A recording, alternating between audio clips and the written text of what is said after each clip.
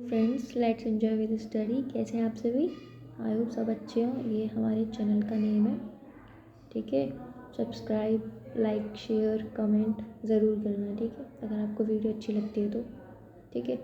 हमारा चैप्टर 5 है ये, और न्यू चैप्टर है जॉइंट हिंदू फैमिली बिजनेस, ठीक है। चैप्टर का नाम है, क्लास 11th का ही चैप्टर है, ठीक है। और ये काफ़ी चीज़ों में हेल्प कर सकता है आपको। 12th में भी हेल्प करेगा, TGT में भी हेल्प करेगा, ठीक है। तो आपके लिए पढ़ना बेटर ही होगा। ये आपको BCom BBA जो आप करेंगे ग्रेजुएशन में, उसमें भी आपको ये बहुत हेल्प करेगा, ठीक है। तो इसका जो है फर्स्ट जो है यहाँ पे डेफिनेशन है, छोटी सी एक फीचर दे रखा है।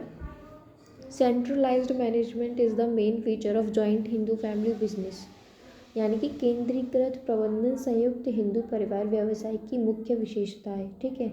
यानी कि एक पूरा परिवार है, उसमें सेंट्रलाइज्ड मैनेजमेंट करना, ये उस परिवार का जो है मतलब जो उसका जो है मेन फीचर है, किसका? जॉइंट हिंदू फैमिली बिजनेस का। तो जॉइंट हिंदू फैमिली बिजनेस में क्या होता है कि पूरा परिवार जो है एक समूह में रहता है, ठीक है। जॉइंट फैमिली जिसको बोलते हैं, ठीक है। और उसका एक मुखिया होता है जो कि सेंट्रलाइज्ड मैनेज करता है, मतलब सेंटर में एक मुखिया होता है जो कि सारी चीज़ों को क्या करता है, मैनेज करके चलता है, या वो बिजनेस हो या फैमिली हो। तो ये एक तरीके से फीचर है इसका, ठीक है, जॉइंट हिंदू फैमिली बिजनेस का, ठीक है। नेक्स्ट आगे हम पढ़ेंगे इसको आगे चल के, ठीक है। इसके बाद है हमारा meaning of joint Hindu family, ठीक है। Meaning of joint Hindu family जान लेते हैं, उसके बाद ही हमको पता चलेगा कि जॉइंट हिंदू फैमिली बिजनेस क्या होता है, ठीक है। तो मीनिंग ये है कि अकॉर्डिंग टू हिंदू लॉ, ये आप डेफिनेशन मतलब जो भी थ्योरी है वो आप पढ़ लेना, मैं आपको जनरली मैं बता देती हूँ कि इसमें क्या लिखा है। तो इसमें ये होता है कि हिंदू लॉ के अकॉर्डिंग जो होता है, एक ग्रुप होता है, मतलब फैमिली का एक ग्रुप होता है, पर्सनस, जिसमें काफ़ी पर्सन होते हैं, ठीक है। जिसमें मैरिड डॉटर होती है, अनमैरिड डॉटर होती हैं, ठीक है, वाइफ होती हैं, है ना। तो बहुत सारे मेंबर्स होते हैं जिनका क्या होता है, उनकी पूर्वजों की संपत्ति पर समान अधिकार होता है, ठीक है। उसमें सारे छोटे बच्चे से लेके बड़े बुजुर्ग तक आ जाते हैं, ठीक है। उनसे पहले जो भी एंसेस्टर होते हैं उनके, ठीक है। तो इसी ऑर्गेनाइजेशन को हम जॉइंट फैमिली के नाम से जानते हैं, ठीक है।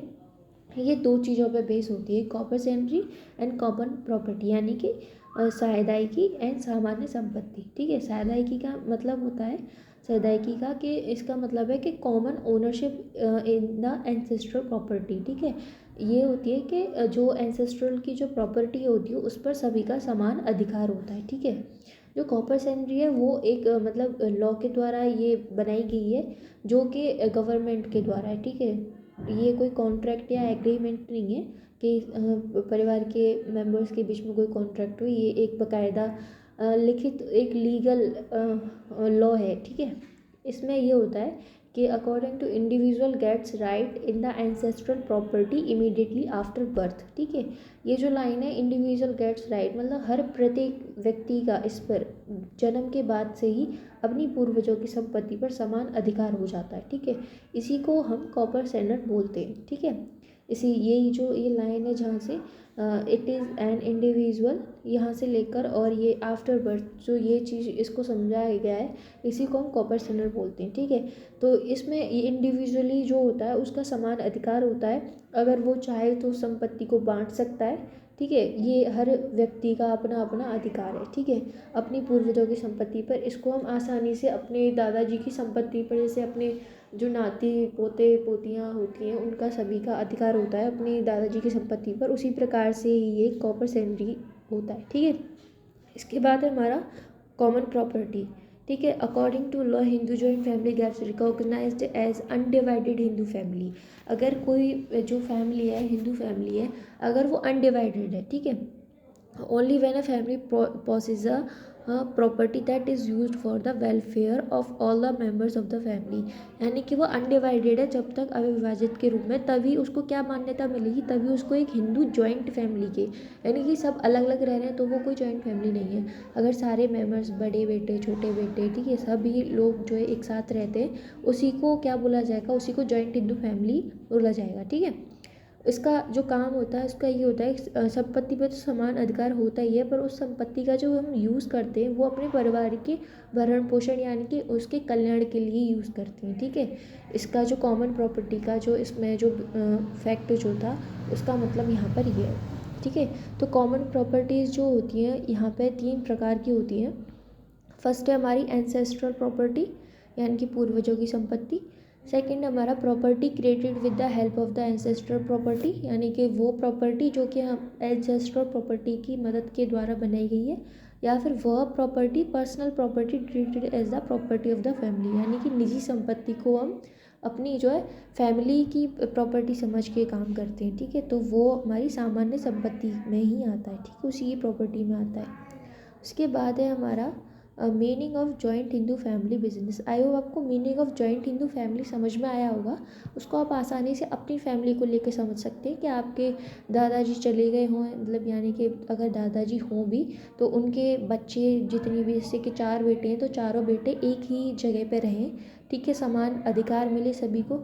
ठीक है, तो वही होती है जॉइंट हिंदू फैमिली, यानी कि जैसे कि आपके दादाजी, आपके 4 चाचा ताऊ हैं और आप जो सारी कजिन्स हैं वो सारे एक ही घर में रहे, एक ही मतलब सब जो चीज़ें हैं मिल बांट कर खाएं, तो वही होता है हमारा जॉइंट हिंदू फैमिली। ठीक है, अभी हम जॉइंट हिंदू फैमिली बिजनेस पढ़ रहे हैं।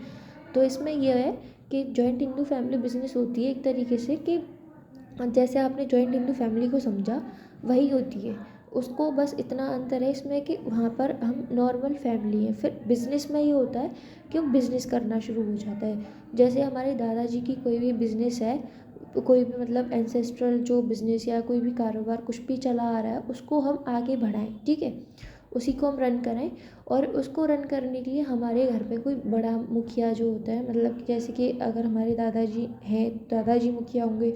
अगर दादाजी नहीं है तो उनका जो बड़ा बेटा है वो होगा। अगर बड़ा बेटा भी नहीं है तो आपके पापा जी हैं। ठीक है, तो इस तरीके से जो एंसेस्ट्रल की प्रॉपर्टी पर ऐसा सेंट्रलाइज्ड जो होता है, मतलब एक व्यक्ति ऐसा होता है जो कि क्या होता है, घर का मुखिया होता है।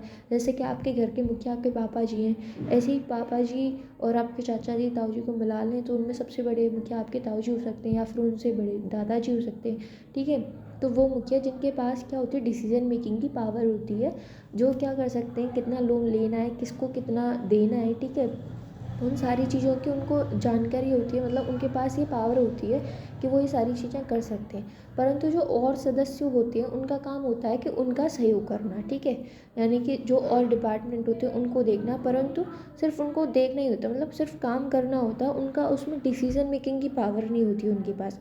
अगर वो चाहें तो उस संपत्ति में से हिस्सा ले सकते हैं, मतलब यानी कि बंटवारा कर सकते हैं, परंतु उनका ये जब तक वो एक जॉइंट पूरा परिवार रह रहा है उस टाइम पे उसमें अगर जो घर का मुखिया है या करता है उस बिज़नेस का जो है, अगर उनको लगता है कि डिसीजन मुझे ये वाला लेना सही लगता है तो वो, अगर वो चाहें तो वो राय ले सकते हैं, परंतु जो घर के अदर मेंबर हैं वो उनको कोई भी डिसीजन नहीं दे सकते हैं, है ना।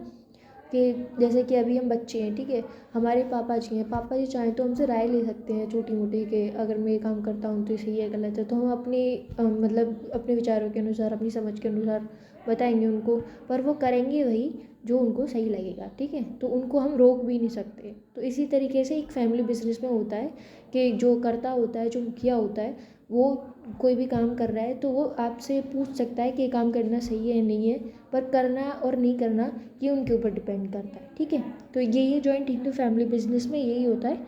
और ये हम सिर्फ हमारे इंडिया में ही होती है, क्योंकि हमारी एक सभ्यता भी रही है और अभी भी है, जहाँ पर बहुत से लोग जो है, मतलब वो बहुत से परिवार जो हैं अभी तक समूह में ही रहते हैं और अपनी जो पूर्वजों की जो संपत्ति है उसको, मतलब उसी कारोबार को आगे तक चलाते आ रहे हैं। ठीक है, आई होप आपको समझ में आ गया होगा। और मैं आपको इसमें डेफिनेशन के तौर पे बता देती हूँ। जॉइंट हिंदू फैमिली बिजनेस क्या है? It refers to that business organization under which all members of joint Hindu family carry a business under the control of mukhiya और कर्ता ऑफ द फैमिली। तो यही मैंने आपको समझाया था कि ये बिजनेस ऑर्गेनाइजेशन वो होती है जिसमें कि मुखिया के अंडर में बाकी सारे जो मेंबर्स हैं वो काम करते हैं। ठीक है, बिजनेस को सहयोग देते हैं। ठीक है, बाकी जो डिसीजन की पावर होती है मुखिया के अंडर में ही होती है। ठीक है, ये सारी जो चीज़ें मैंने आपको जनरल भाषा में बोली हैं वही सारी चीज़ें इस थ्योरी में लिख रही हैं। अगर आप चाहें तो इसको वीडियो को पॉज करके सारा कुछ पढ़ सकते हैं। ठीक है, आई होप आपको समझ में आ गया होगा। मैंने जनरल भाषा का यूज़ किया है। और इसको आप आसानी से समझ सकते हैं कि अपने परिवार के ऊपर अगर लेके नहीं रहेंगे ना तो उसको आपको और आसानी से समझ में आ जाएगा। बस जॉइंट हिंदू फैमिली में आपको सिर्फ परिवार से समझना है और बिजनेस में कोई भी कारोबार ले लेना है। जैसे आपके दादाजी का कोई कारोबार है, जैसे कोई बिजनेस है कि कुछ जैसे गेहूँ का बेचने का, या फिर किसी दूध का, या फिर कह सकते हैं कोई कपड़े वगैरह का कोई व्यापार है, तो आपके दादाजी का था। उसके बाद में आपके बड़े ताऊ जी, आपके पापा जी के ऊपर आ गया। उसको फिर आप सभी मिलके काम करते हैं, पर डिसीजन लेने की पावर जो आपके पापा जी की है। ठीक है, आप इसको आसानी से इस तरीके से समझ सकते हैं। ठीक है, और कोई भी दिक्कत हो तो आप मेरे को कमेंट करें या फिर ईमेल कर दिए। ठीक है, मैं आपको और क्लियर कर दूँगी जो भी आपको कोई दिक्कत होगी तो। ठीक है, और लाइक शेयर सब्सक्राइब कर देना आसानी से। ठीक है, एक ही बार लाइक करना होता है, वो भी हो जाएगा। ठीक है, तो वीडियो अगर अच्छी लगती है तो लाइक करना और कमेंट भी करना अगर वीडियो सच में अच्छी लग रही है तो। ठीक है, और शेयर भी ज़रूर करना। ठीक है, हरे कृष्णा, थैंक यू।